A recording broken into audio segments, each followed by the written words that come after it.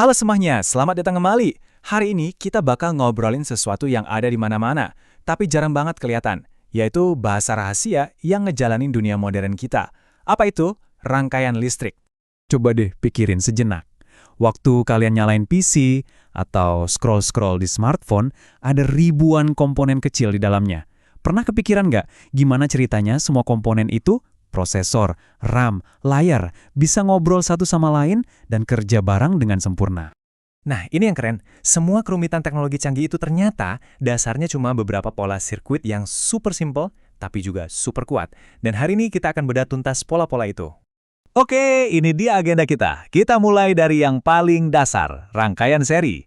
Terus kita lanjut ke saingannya, si paralel. Setelah itu, kita lihat gimana kalau keduanya digabungin. Dan terakhir, kita kenalan sama sirkuit khusus buat pengukuran super akurat, namanya jembatan Wheatstone. Siap? Yuk, kita mulai. Pertama, yang paling fundamental, rangkaian seri. Kunci buat ngerti ini sebenarnya ada di namanya sendiri. Satu, jalur tunggal. Bayangin aja kayak jalan tol yang cuma punya satu lajur. Semua mobil harus lewat gerbang tol pertama, terus gerbang tol kedua, dan seterusnya. Gak ada pilihan lain. Nah, arus listrik di rangkaian seri juga gitu. Dia harus ngelewatin setiap komponen satu persatu secara berurutan.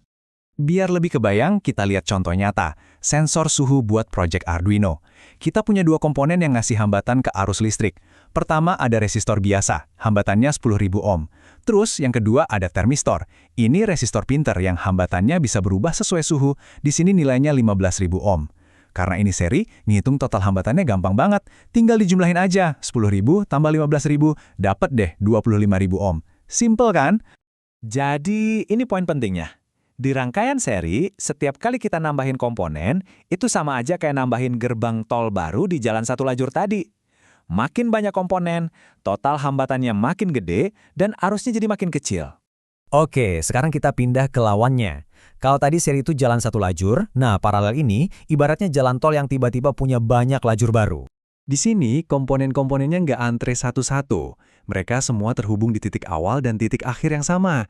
Mirip kayak di supermarket, pas antrian panjang, tiba-tiba kasir baru dibuka. Langsung ada banyak jalan buat para pembeli kan? Nah, arus listrik juga dapat banyak pilihan jalan di sini.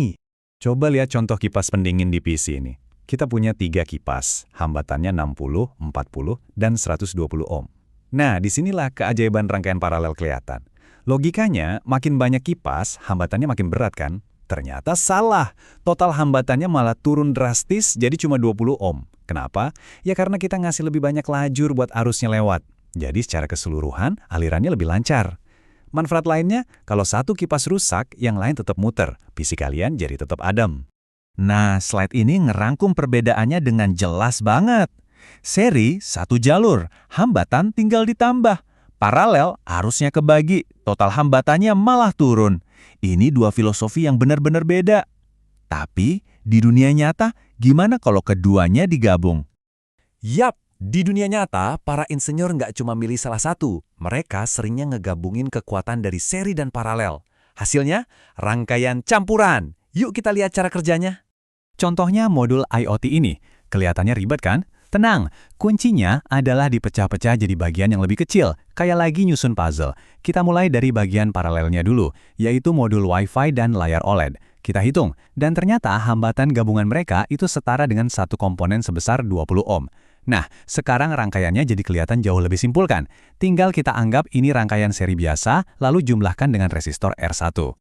Dan hasilnya adalah 30 ohm. Tuh kan, dengan mecahin masalahnya jadi langkah-langkah kecil, sirkuit yang tadinya kelihatan rumit bisa jadi perhitungan seri yang gampang banget. Hampir semua alat elektronik yang kita pakai, dirancangnya pakai cara ini. Oke, dari tadi kita ngomongin sirkuit buat ngalirin listrik, buat nyalain sesuatu. Tapi, gimana kalau tujuannya bukan buat ngasih daya, tapi justru buat ngukur sesuatu dengan tingkat akurasi yang luar biasa tinggi? Bayangin deh, kalian harus bisa deteksi perubahan suhu sekecil apapun di dalam server data center, di mana beda 1 derajat aja bisa fatal. Rangkaian seri atau paralel biasa nggak bakal cukup sensitif buat tugas kayak gitu.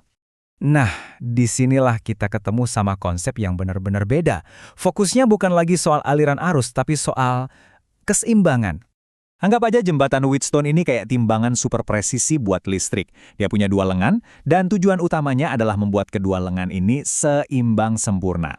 Nah, pas lagi seimbang-seimbangnya, nggak ada sama sekali arus yang ngalir di bagian tengah jembatannya.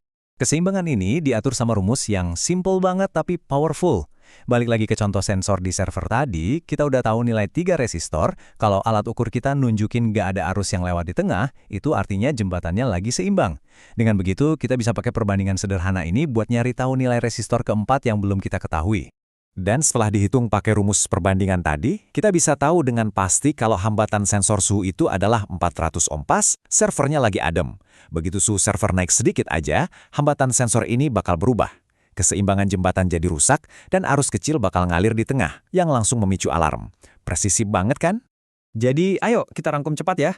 Seri itu si penjumlah hambatan, simple dan gampang ditebak. Paralel si pembagi arus, bikin komponen bisa kerja sendiri-sendiri. Campuran itu gabungan fleksibel dari keduanya. Dan yang terakhir, jembatan Wheatstone, si pengukur super presisi yang mainnya pakai prinsip keseimbangan.